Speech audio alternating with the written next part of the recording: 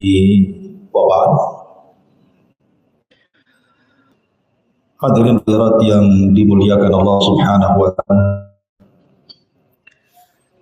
Alhamdulillah, di pagi hari ini kembali kita bisa duduk di Masjid Nidal Ilmi Kapling Beliung Suku Pangbatang.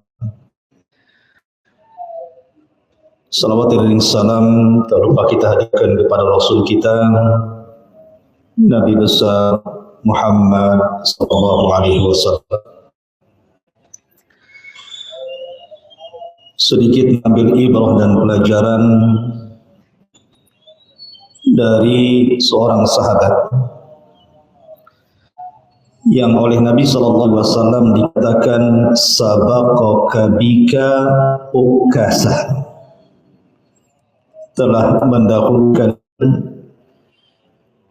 Ukasah ibn Mihsan. Kenapa Nabi sallallahu alaihi wasallam sampai bicara seperti ini? Dan sebab Ukasah ibn Mihsan ini, kenapa namanya terkenal sampai hari ini? Ukasah ibn Mihsan ini masuk as-sabiqul awwalun, orang yang mula masuk Islam dari deretan as-sabiqun al-awwalun dari sahabat muhajir. Orangnya ganteng, putih, tinggi, dan wibawa. Sampai-sampai Nabi SAW selalu menjadikan Ukasah ini pemimpin dalam pasukan. Jadi kalau Nabi SAW mengirim semacam sariyah, pasukan khusus untuk memata-matai musuh ataupun menyerang musuh, maka Ukasah ini selalu menjadi pemimpinnya. Ketika kemudian sahabat-sahabat Nabi hijrah dari Mekah ke Madinah, maka Ukasah pun ikut hijrah dari Mekah ke Madinah.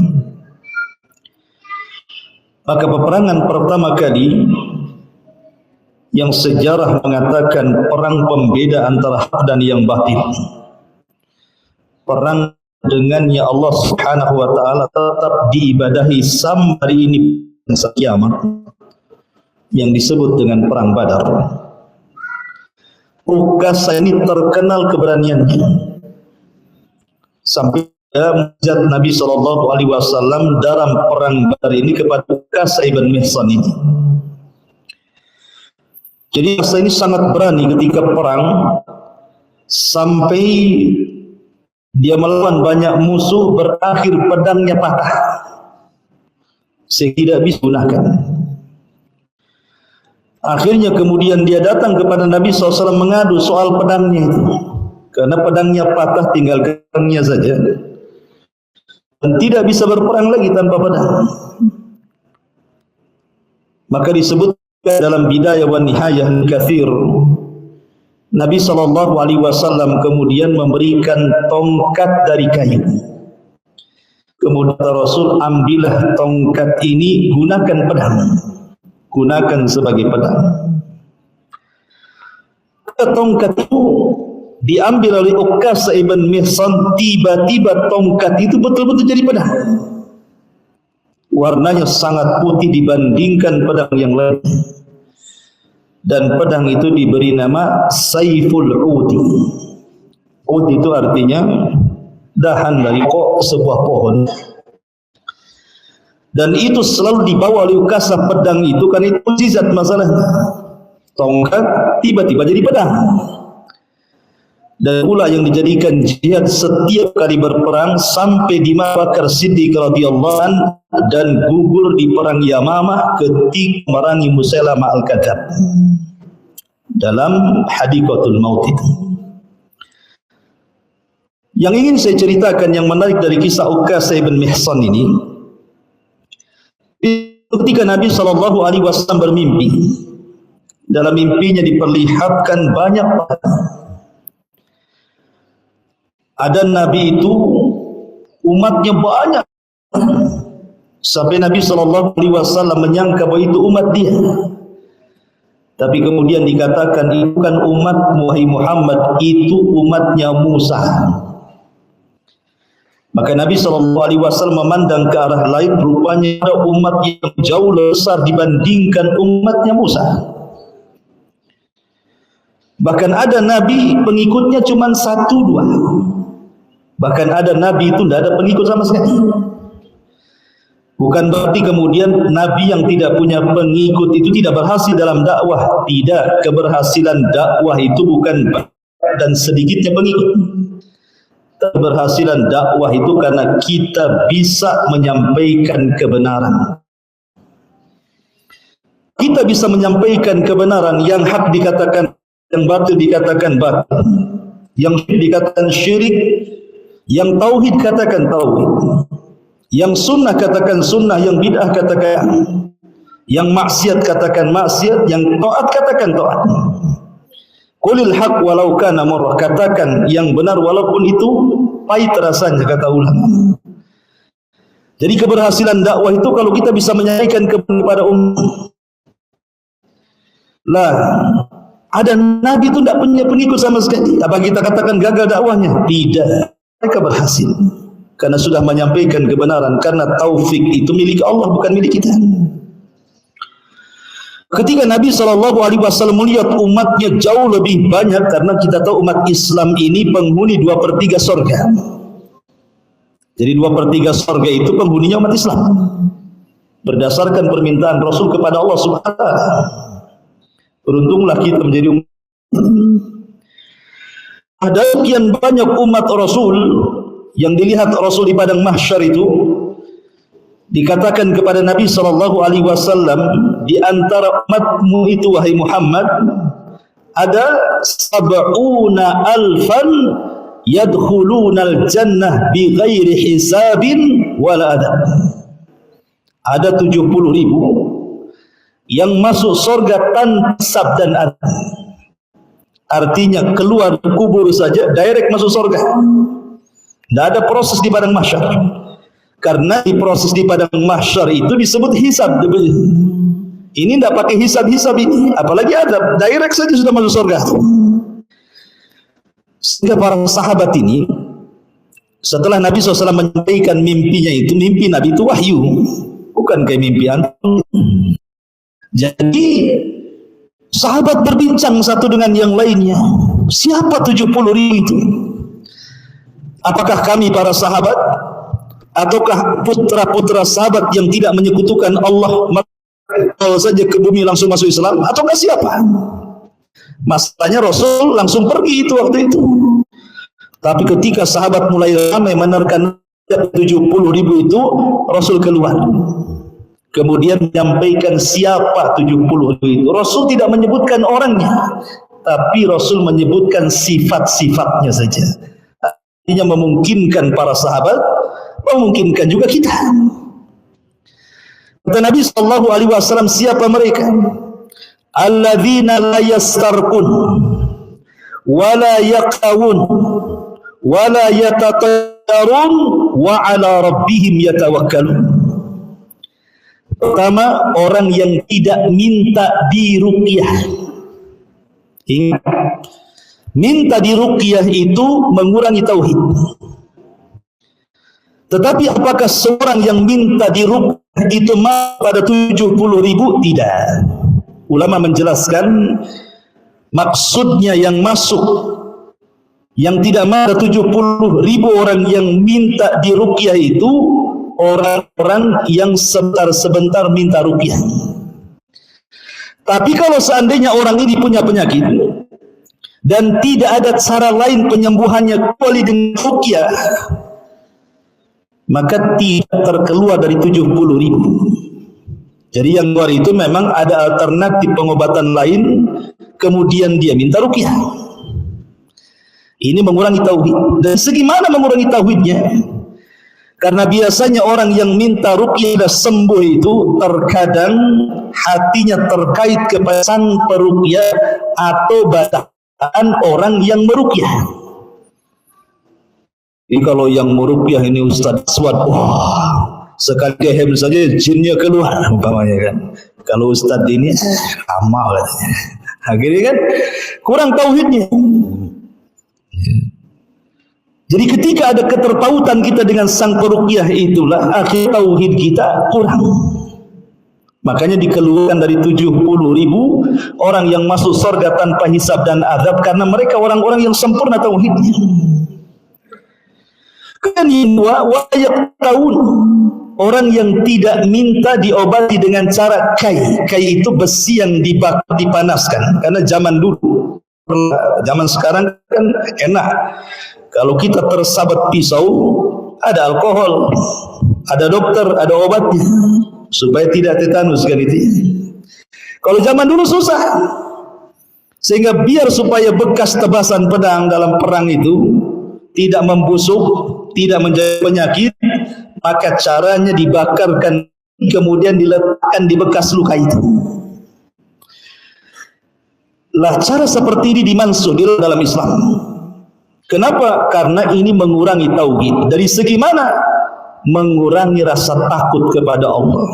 Karena kalau sudah melihat besi warna merah, rasa takut kepada besi bisa saja melebihi rasa takut dia kepada Allah. Terkuranglah tauhidnya di sini. Makanya pengobatan cara seperti ini dilakukan. Makanya orang-orang yang sudah terkadang ditato, kemudian dia hijrah ingin bertobat dan ingin menghilang tatonya. Kalau dulu kan disetrika tuh. Zaman sekarang udah canggih lah pakai laser. Zaman pakai duit masalahnya, kalau zaman sekarang nggak pakai setrika lagi. Kan pakai setrika panas kan gitu. Mikir tuh. Sebab kalau bertato langsung dikangi masalahnya. Jadi penyakit yang pengobatan sistem seperti ini dimasuk dalam Islam tidak bisa. Karena menakutkan masalahnya, bisa mengurangi takut. Kemudian yang ketiga, wala yatatayyarun, tidak tatayyur. Tatayyur itu diambil dari kalimat tayyurun, artinya burung. Karena di zaman jahiliyah jurusan dagang mereka cuma negara. Rihlatas sita'i wassaif. Rihlatas syita'i wassaif. Syita itu musim dingin, saif itu musim panas.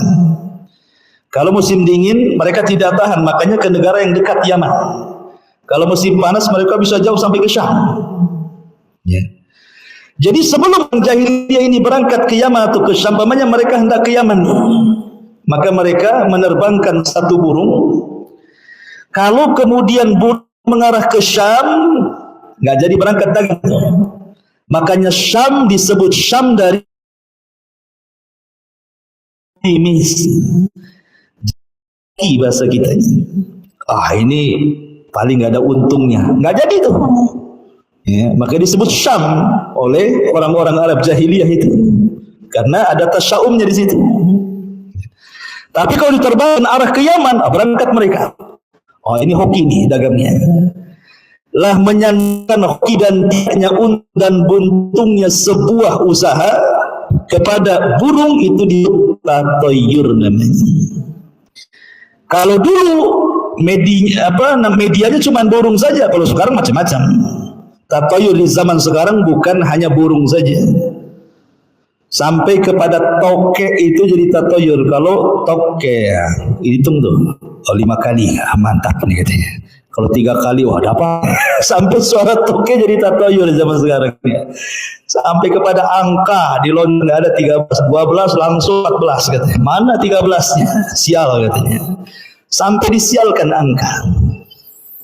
Sampai ke tangan gatal gitu.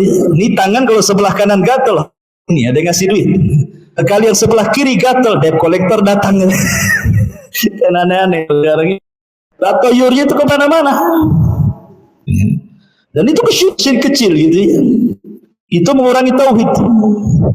Kemudian yang keempat, wa ala rabbihim yatawakkalun, dan mereka yang betul bertawakal kepada Allah. Dan ini yang paling berat. Tawakal ini yang paling berat. Inti tauhid itu ada di tawakal. Karena tawakal itu artinya i'timadul qalbi ala rabbi, menyandar hati kepada Rabb itu susah sekali, Tuhan. Apalagi kemarin di zaman pandemi itu ya, banyak orang yang di PHK, susah cari uang, wah ngeluh luar biasa. Makan apa besok nih, kalau saya dipecat nih saya bisa apa? Sudah download tawakalnya sudah nggak ada. Padahal kalau kita lihat janin yang ada di perut ibu, siapa yang ngasih makan coba? Allah kan yang kasih makan. Kalau saja Allah juga kasih makan, gitu ya. Insting ibunya dikasih air susu, bisa hidup dia sampai jadi untuk ini. Artinya bahwa tawakal ini berat, hanya bisa diucapkan secara perbuatan berat sekali. Mendapatkan hati kepada Allah itu luar biasa beratnya. Makanya Rasul mengatakan, "Lau annakum tatawakkaluna 'ala Allah haqqa tawakkuli la ruziktum kama yurzaqut tayr." Kata Rasul, maka kalian akan diberikan rizki seperti Allah kasih rizki burung. Keluar lapar, dah kenyang. Gimana caranya burung dicari makan coba? Allah arahkan. Makanya sering saya katakan, antum tahu binatang dinding itu cicak di dinding itu. Makanan kekayaan cicak itu tidak suka pete, tidak suka jengkol, tidak suka pecel, tidak rawon, tidak suka. Cicak itu cuma sukanya satu, nyamuk. Coba makanannya cuma nyamuk saja. Sementara nyamuk di zaman sekarang habis kena baygon, habis kena bat nyamuk, habis kena apa lagi hit, habis kena apa lagi sama obatnya sekarang. Sehingga jatah makan cicak itu berkurang kan. Sementara menurut ahli cicak, saya bukan ahli cicak ya, ini menurut ahli cicak, cicak itu kalau bertelur paling sedikit 8 butir. Habis antum cek, cicak itu paling sedikit kalau bertelur itu 8 butir. Tetapi cicak tidak ada yang ngeluh kan. Walaupun makanan habis dimakan baygon dan bat nyamuk, dimakan hit, tidak ada cicak ngomong sama suaminya, "Bang, susah makanan, kita bertelur 2 sajalah," kan itu umpamanya gitu ya. Gak usah banyak-banyak, kita KB saja. Tetap saja makanan sedikit mau banyak, 8 telurnya. Manusia tidak nawar seperti cicak gitu. Negeri banyak, takut punya anak 3 itu. Pikirannya siapa yang ngasih makan, siapa ini, siapa itu. Tawakalnya di mana? Itu maksudnya. Sementara cicak itu subhanallah, lawannya cicak nyamuk saja. Nyamuk itu lebih parah lagi, karena rizkinya nyamuk itu ada di antum, darah antum tuh. Belum nempel saja antum sudah tepak. Takut deketi antum, nunggu antum ngorok dulu, baru datang dia. Gitu. Habis nih ya, nyamuk nih kalau gigit darah nih, dia tidak bisa mengkonsumsi makanannya sampai nempel di dinding. Kalau dia masih terbang-terbang tuh, belum jadi itu makanannya, masih di tangan. Kalau sudah nempel di dinding, baru masuk ke perut, sampai di dinding, cicak, habis lagi. Coba bayangkan ya. Ini cicak pis nyamuk saja. Kalau cerita rizki itu, subhanallah, manusia Allah mudahkan, tapi tidak ada tawakal. Makanya kenapa orang yang tidak tawakal itu dikeluarkan dari 70.000 ini. Yang ingin saya ceritakan dengan kisah Ukasah bin Mihsan ini, ketika Rasul menyebutkan 4 ciri orang yang akan masuk surga tanpa hisab dan azab ini, subhanallah. Tiba-tiba Ukasah berdiri. Semua sahabat memandang Ukasah. Kemudian Ukasah mengatakan, "Ya Rasulullah, ud'uhum, doakan aku termasuk mereka 10.000 itu." Ketika Ukasah mendapatkan izin dari Rasul, "Anta minhum," termasuk mereka, semua sahabat berdiri. "Aku juga Rasul, aku Rasul." Kata Rasul, "Sabaqaka bika Ukasah." Oh, tidak bisa, Ukasah sudah mendahului kalian semuanya. Sebab itu nama Ukasah bin Mihsan terkenal. Bukan hanya sekedar dijanjikan masuk surga, tapi lebih daripada itu, dijanjikan masuk surga tanpa hisab azab. Kata para ulama, antum kalau berdoa, jangan minta surga saja. Karena orang masuk surga itu ada yang lewat proses direct masuk surga, ada yang proses hisab masuk neraka, dikeluarkan masuk surga lagi. Jadi jangan sampai ya Allah masukkan aku ke surga. Jangan sampai di sini doanya. Ya Allah masukkan aku ke surga tanpa hisab dan tanpa azab. Gitu maksudnya. Sebab orang masuk surga ada yang lewat hisab dulu. Hisab itu bagian daripada azab. Maka minta masuk surga, ya Allah masukkan aku ke surga bi ghairi hisab wala azab. Lah kasih bukan hanya dijanjikan surga, plus dijanjikan masuk surga tanpa hisab. Plus tanda luar biasa Kasab bin Mihsan ini. Baik, masyarul muslimin yang dimuliakan subhanahu wa ta'ala. Tapi ada cerita yang masyhur di kalangan para ulama tentang Ukasha ini, tetapi setelah diteliti sanadnya memang diperbincangkan para ulama. Dhaif, tidak jelas kisahnya, tapi masyhur, saya ceritakan. Ketika Nabi SAW di puncak sukses pimpinannya, Mekah sudah dikuasai, Madinah sudah dikuasai, orang Arab sudah masuk Islam damana, Islam sudah di atas jaya-jayanya. Tiba ketika sakit, menjelang wafatnya dia tegas mimbar, dan itu khutbah terakhir. Kata Nabi SAW, "Man kuntu syatamtu irban, falyaqtassa minni. Hadza irdi falyaqtassa minni." Barang siapa yang dulu ku caci maki kehormatan, nikmatan ku caci. Wa man kuntu darabtu dhahran fa hadza dhahri falyaqtassa minni. Barang siapa yang dulu pernah kupukul punggungnya, ini punggungku, silahkan pukul sekarang. Wa man kuntu akhadtu malan hadza mali falyakhudh minhu. Kalau dulu pernah aku ambil hartanya, nih aku ambil sekarang. Lafaz ini benar. Masalahnya ketika itu tiba-tiba dari pojok masjid berdiri orang yang mengatakan, "Liyal qasas Rasulullah.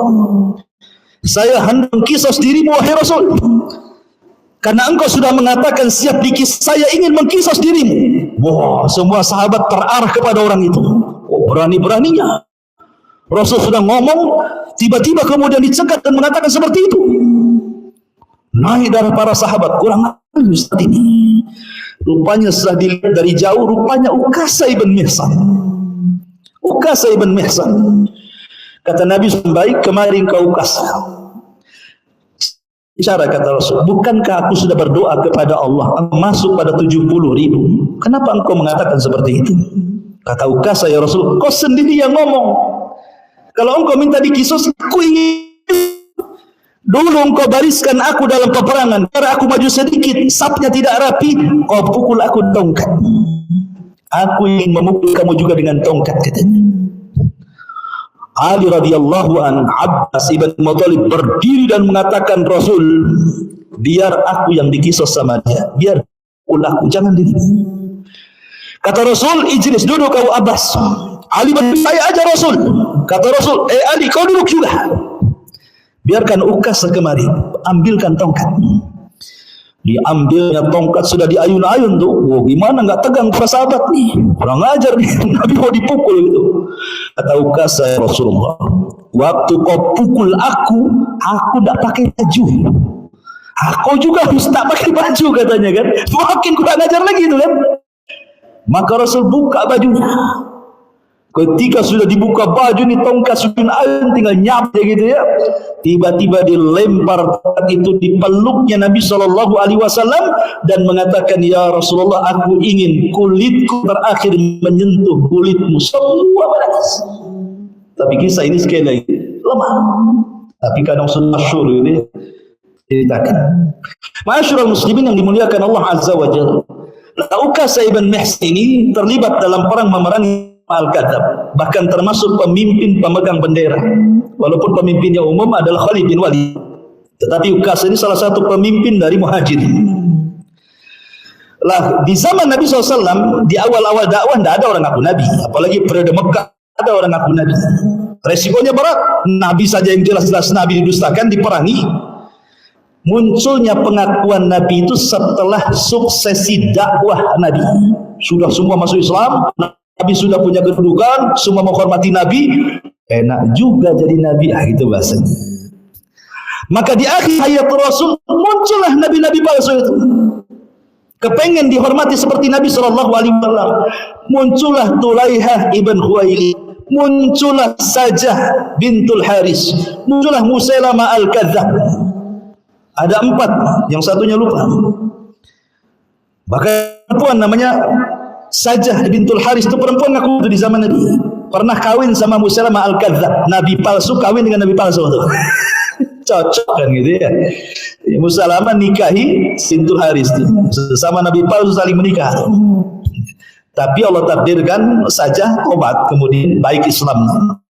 Termasuk Tulaihah juga. Tulaihah ini tobat kemudian baru masuk Islam. Dan tobat itu 2. Al-Aswad Asi dari Yaman tidak tobat sampai mati, dan Musailamah al-Kadzdzab tidak tobat. Tapi dari 4 di akhir-akhir kehidupan Rasul yang ngaku Nabi itu yang paling baik Musailamah al-Kadzdzab. Kenapa? Karena dia didukung oleh kalahnya Yamamah. Yamamah itu tahu Nabi itu Nabi benar, Musailamah itu Nabi palsu. Tapi karena hamiah jahiliyah, kesukuan, nggak peduli mereka. Kalau ucapan dari kabilah kami walaupun dusta kami dukung, tapi ucapan mereka walaupun benar kami dustakan, katanya. Itu saking fanatiknya. Makanya fanatik kabilah itu bahaya. Ya. Apalagi di zaman itu banyak murtad. Pasukan Abu Bakar ini tidak banyak. Kenapa? Karena pasukan Umar bin Zaid yang disediakan belum wafat tidak digunakan Abu Bakar sekali, karena ikatkan memerangi orang Romawi. Jadi memang Abu Bakar Siddiq luar biasa dengan tentara yang sisa tentara bukan pilihan. Mereka lah yang memerangi Musailamah al-Kadzdzab di bawah kepemimpinan bin Walid. Dari sini banyak yang terjadi karena yang terlibat dalam peperangan itu bukan rata-rata para pakar Quran, para ibadah, para ulama. Makanya banyak meninggal. Ya, dari sini sebab pembukuan Al-Quran dari karena banyaknya para hufad meninggal. Maka Umar kemudian meminta kepada Abu Bakar agar mushaf dijadikan dan dibukukan. Baru Abu Bakar pun bukukan, disebabkan perang Yamamah. Banyaknya orang yang meninggal para hufad itu. Lah, Usah radhiyallahu anhu gugur perang ini. Syahid. Ya. Ukasa Ihsan radhiyallahu anhu. Wallahu a'lam bishawab. Mudah-mudahan manfaatnya. Subhanallah bihamdika asyhadu an la ilaha illa anta astaghfiruka wa atubu ilaik. Allahu ta'ala. Assalamualaikum warahmatullahi wabarakatuh.